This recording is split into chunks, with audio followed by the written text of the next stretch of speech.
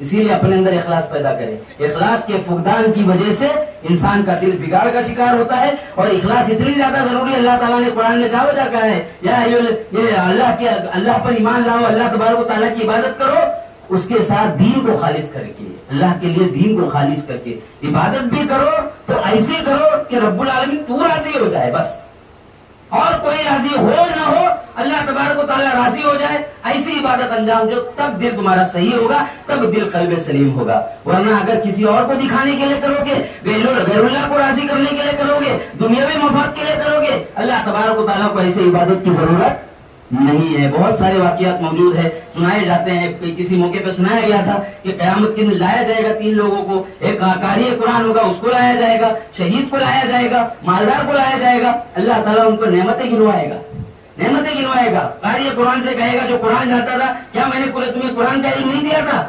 کہے گا کہ ہاں دیا تھا. نعمت کو یاد دلائے گا, کہاں اس نعمت کا کیا کیا تو نے؟ کہا کہ اس کے ذریعے سے میں نے لوگوں کو علم سکھایا. کہا کہ تو جھوٹ کہہ رہا ہے, فرشتے بھی کہیں گے جھوٹ بولتے ہیں. اسی طرح مالدار کو لایا جائے گا, مالدار کو کہے گا کہ اللہ اپنی نعمت گنائے گا کہ میں نے تم کو دنیا کی کون سی دولت نہیں دی تھی, ہر دولت تجھ کو دی تھی. اس دولت کا کیا کرے گا, کیا کیا تو نے؟ وہ کہے گا کہ میں نے صلہ رحمی کیا, میں نے رشتہ داروں کو دیا, رشتہ داری کو جوڑا اس کے ذریعے سے. جو رشتہ دار میرے بھوکے تھے, جو رشتہ دار ضرورت مند تھے, میں نے ان کی ضرورت کو پورا کیا. اللہ کہے گا تو نے جھوٹ کہا ہے, تو نے اللہ کے راستے میں دیا ضرور, لیکن تیری نیت یہ تھی کہ لوگ تجھے فقیر اور فیاض کے دنیا میں کہہ لیا گیا. اب اس کے بعد تیسرے کو لایا جائے گا, شہید کو لایا جائے گا. اللہ نعمتیں یاد دلائے گا, کہے گا کہ میں نے تو طاقتور بنایا تھا, بہادر بنایا تھا. کہا کہ ہاں اللہ تو نے بہادر بنایا تھا, کیا کیا؟ تو اللہ تبارک و تعالیٰ کہے گا, وہ کہے گا کہ میں تیرے راستے میں لڑا, یہاں تک کہ شہید ہو گیا. اللہ تعالیٰ کہے گا کہ تو لڑا ضرور, تو جنگ میں گیا ضرور, لیکن اس لیے گیا کہ لوگ تجھے دیکھ کر کے بڑا بہادر, بڑا شجاع کہے. اس کے بعد اللہ تبارک و تعالیٰ تینوں کو جہنم میں ڈال دے گا. جب معاویہ رضی اللہ تعالیٰ عنہ سے یہ حدیث بیان ہوئی تو انہوں نے کیا کہا, امیر معاویہ نے کہا کہ ان تینوں کا یہ حال ہوگا تو ہمارا اور آپ کا کیا حال ہوگا. تو اسی لیے عمل میں اخلاص پیدا کریں. وہ عمل جو اخلاص سے خالی ہو اللہ کو قبول نہیں. اگر آپ نمازیں پڑھ رہے ہو نا تو اس لیے پڑھو کہ اللہ تبارک و تعالیٰ اس عبادت کے ذریعے سے مجھ سے راضی ہو اور میرا یہ عمل قبول کر کے مجھے جنت کا حقدار بنائے. آپ کسی کی مدد بھی کر رہے ہو نا تو اس نیت سے کرو. اللہ کے رسول نبی نے تو مثال بیان کی ہے کہ دائیں ہاتھ سے دو تو بائیں ہاتھ کو نہیں پتا چلنا چاہیے. اتنی زیادہ اللہ کے نبی نے مثال, آپ دیکھیے سوچ سکتا ہے انسان نا کہ کیا دائیں ہاتھ سے دے رہا تو بائیں ہاتھ کو پتا نہیں چلنا, یہ کیسی مثال بیان کی. لیکن اللہ کے نبی صلی اللہ علیہ وسلم کے بولنے کا مطلب یہ تھا کہ اتنا چھپے انداز میں کسی کی ہیلپ کرو, اتنا زیادہ اپنے اندر اخلاص پیدا کرو کہ آپ دائیں ہاتھ سے دے رہے ہو تو آپ کے جسم کے دوسرے عضو کو پتا نہیں ہونا چاہیے. تو اپنے اندر اخلاص پیدا کرو. اخلاص کے خالی عمل اللہ کے یہاں پر قبول نہیں ہوتا ہے. تیسری چیز یہ ہے کہ اللہ تبارک و تعالیٰ کا رزق کھانا مگر شکر ادا نہ کرنا. چوتھی چیز کہ اللہ تبارک و تعالیٰ روزی دینے والا ہے, رزاق اللہ تعالیٰ ہے, جس کو جتنا چاہے روزی دے. یہ اللہ تبارک و تعالیٰ کے مقدر میں ہے. روزی دینے والا بھی وہ, روزی چھیننے والا بھی وہ. مجھے اگر لاکھ روپے دے رہا ہے تو کسی اور کو کروڑ روپے دے گا. یہ اللہ کی مرضی ہے, اللہ کی تقسیم ہے. اللہ تبارک و تعالیٰ جو بھی نعمت دے اس سے راضی ہونا چاہیے انسان نے. یہ نہ سوچے کہ یار اس کو تو بنگلہ اور گاڑی مل گئی, اس کو تو اتنا مل گیا, مجھے کیوں اتنا مل گیا. اللہ کی نعمت کی ناشکری انسان کبھی نہ کرے. جو بھی اللہ نے دیا ہے نا اللہ تبارک و تعالیٰ کی شکر گزاری کرے, اس لیے کہ شکر کرو گے تو اللہ زیادہ دے گا. لئن شکرتم لازیدنکم ولئن کفرتم ان عذابی لشدید. یہ اللہ کا قاعدہ ہے کہ اگر شکر ادا کرو گے تو اللہ تبارک و تعالیٰ زیادہ دے گا. آپ کے پاس اگر جیب میں 10 روپے بھی ہے نا, اللہ کا شکر ہے, سبحان اللہ. یہ نہ سوچو کہ فلاں کے پاس 1 لاکھ روپے, میرے پاس 10 روپے کیوں ہے. جو بھی ہے اس پر اللہ کا شکر ادا کرو, اور اللہ تبارک و تعالیٰ کا شکر ادا کرو گے تو اللہ تعالیٰ زیادہ دے گا. اس لیے جب انسان اللہ تبارک و تعالیٰ کی نعمتوں کا اتنی ناشکری کرنے لگتا ہے نا تو اللہ تبارک و تعالیٰ اس کو پریشانیوں میں مبتلا کرنے لگتا ہے. بہت سارے نقصانات اس کی زندگی میں آتے ہیں, اور اس میں ایک نقصان یہ بھی رہتا ہے کہ اس کا دل جو ہے وہ کالا ہو جاتا ہے, اس کا دل بگاڑ کا شکار ہوتا ہے, اس کا دل فساد کا شکار ہوتا ہے. اسی لیے اللہ تبارک و تعالیٰ روزی دینے والا ہے, رزق دینے والا اللہ تعالیٰ ہے. لہٰذا اللہ تبارک و تعالیٰ کے رزق دینے پر اس کا شکر ادا کیا جائے, نعمت دینے پر اس کا شکر ادا کیا جائے. اللہ تبارک و تعالیٰ نے صحیح سالم جسم دیا ہے, اللہ کا شکر ہے, یہ نعمت ہے اللہ تبارک و تعالیٰ کی. ہم بیٹھ کے یہاں پر ایک دوسرے کو سن پا رہے, دیکھ پا رہے, بول پا رہے, یہ اللہ کا شکر ہے. اللہ تعالیٰ چاہے تو قوت بصارت بھی چھین سکتا ہے, اللہ تعالیٰ چاہے تو بولنے کی طاقت بھی چھین سکتا ہے. یہ نعمت ہے اللہ کی جو آپ کو ملی ہے، اس نعمت کا شکر ادا کریں۔ روزی دینے والا صرف اور صرف اللہ تبارک و تعالیٰ ہے۔ اللہ نے کہا واللہ یرزق من یشاء بغیر حساب، جس کو چاہے بلا حساب دے۔ یہ اللہ تعالیٰ کی مرضی ہے، اللہ تبارک و تعالیٰ کی مرضی ہے، جس کو چاہے جتنا رزق دے۔ لہٰذا ایک مسلمان کی ذمہ داری یہ ہوتی ہے کہ اگر دل صحیح سالم رکھنا ہے نا تو اللہ تبارک و تعالیٰ کا شکر ادا کیا جائے۔ جتنا دے اللہ تعالیٰ، روزی اللہ دینے والا ہے، اس کا شکر ادا کرے۔ پانچویں چیز اللہ تبارک و تعالیٰ کی تقسیم ہے، یہ کسی کو زیادہ دیتا ہے، کسی کو کم دیتا ہے، کسی کو صحیح سالم رکھتا ہے، کسی کو بیمار کرتا ہے، کسی کو اور کچھ دیتا ہے، کسی کو اسٹیٹس دیتا ہے، کسی کو شہرت دیتا ہے۔ یہ اللہ کی تقسیم ہے۔ اللہ کی تقسیم پر راضی ہونا چاہیے، مگر دل کے بگاڑ کا یہ سبب ہے کہ انسان اللہ تبارک و تعالیٰ کی تقسیم پر راضی نہیں ہوتا۔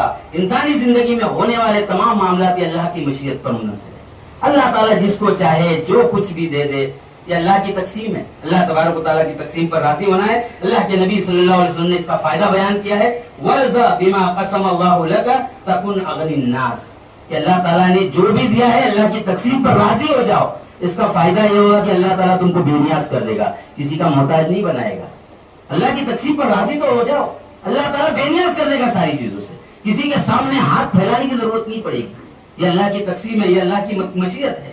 اس کے برخلاف کیا ہوتا ہے؟ انسان تقدیر کا شکوہ کرنے لگتا ہے۔ اللہ کی تقسیم اگر اس کو نہیں ملی، کم ملی اللہ کی نعمت، تو شکوہ کرنے لگتا ہے کہ اللہ تعالیٰ کو میرا ہی گھر ملا تھا، یا اللہ کو میں ہی ملا تھا، کہ میرے ساتھ ایسا کرنا تھا، مجھے ہی روزی کم ملی، باقی لوگ تو سکون میں ہے، میں کیوں اس میں ہوں۔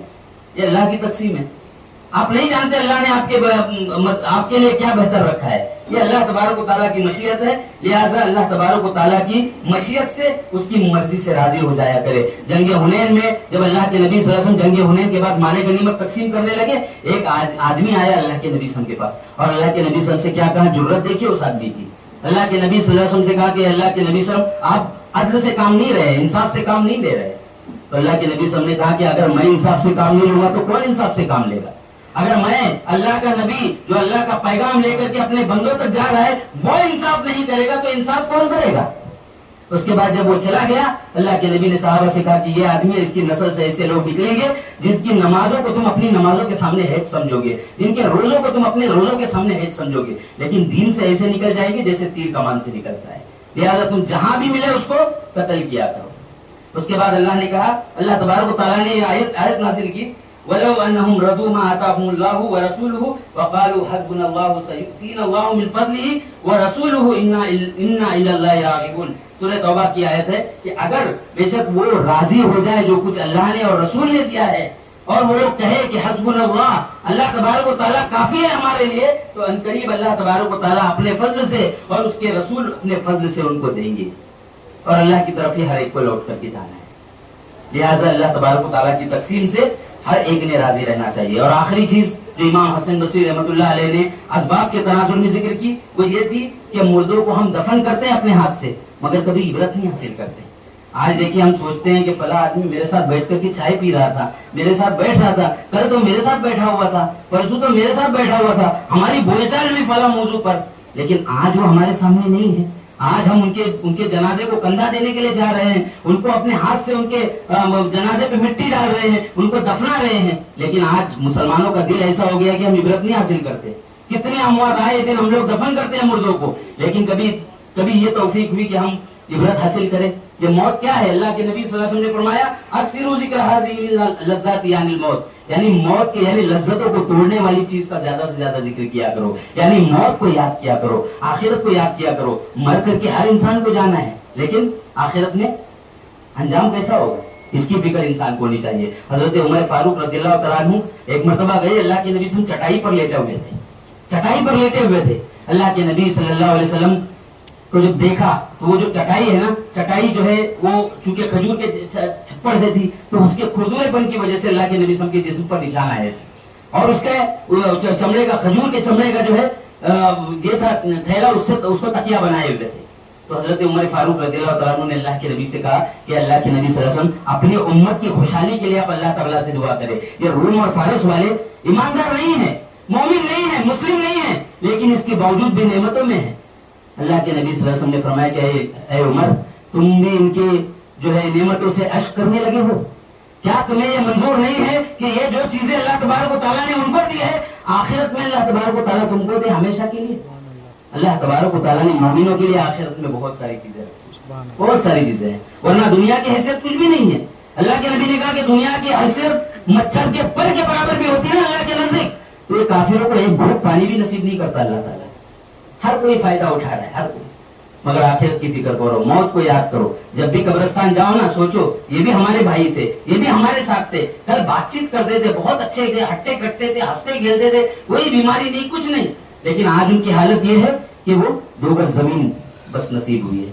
اس کو یاد کیا کرو، موت کو یاد کرو، دل کی سختی نکل کے جائے گی، دل کے بگاڑ جو ہے نا، دل میں بگاڑ، وہ سارا کا سارا نکل کے جائے گا۔ یہ 6 اسباب تھے جو دل کے بگاڑ کے تناظر میں ذکر کیے گئے تھے۔ امام حسن بصری رحمۃ اللہ علیہ کی طرف سے جو اقوال تھے، ان کا جو قول تھا، ان کے تناظر میں نے آپ لوگوں کے سامنے رکھے۔ اس کے علاوہ اور بھی بہت سارے اسباب ہو سکتے ہیں۔ اللہ تبارک و تعالیٰ سے دعا ہے کہ اللہ تبارک و تعالیٰ ہم تمام لوگوں کو کہنے سننے کے ساتھ ساتھ عمل کرنے کی توفیق عطا فرمائے۔ اللہ تبارک و تعالیٰ ہمارے دلوں کی اصلاح فرمائے، دل کے بگاڑ سے ہم سب کی حفاظت فرمائے۔ اللہ تبارک و تعالیٰ کفر و نفاق سے، شرک سے، بدعت سے، خرافات سے اور گندی اور غلیظ چیزوں سے اللہ تبارک و تعالیٰ ہمیں اور ہمارے دل کو پاک اور صاف کر دے۔ اللہ تبارک و تعالیٰ ہمارے دلوں میں ایمان کو رچ اور بسا دے۔ اللہ تبارک و تعالیٰ ہمارے دلوں میں نبی کی محبت، اللہ کی محبت اور اچھے اور ایمان والوں کی محبت کو رچا اور بسا دے۔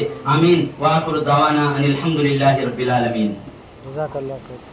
الحمدللہ، اللہ کا شکر ہے کہ آج کی یہ مجلس اپنے اختتام پر ہے۔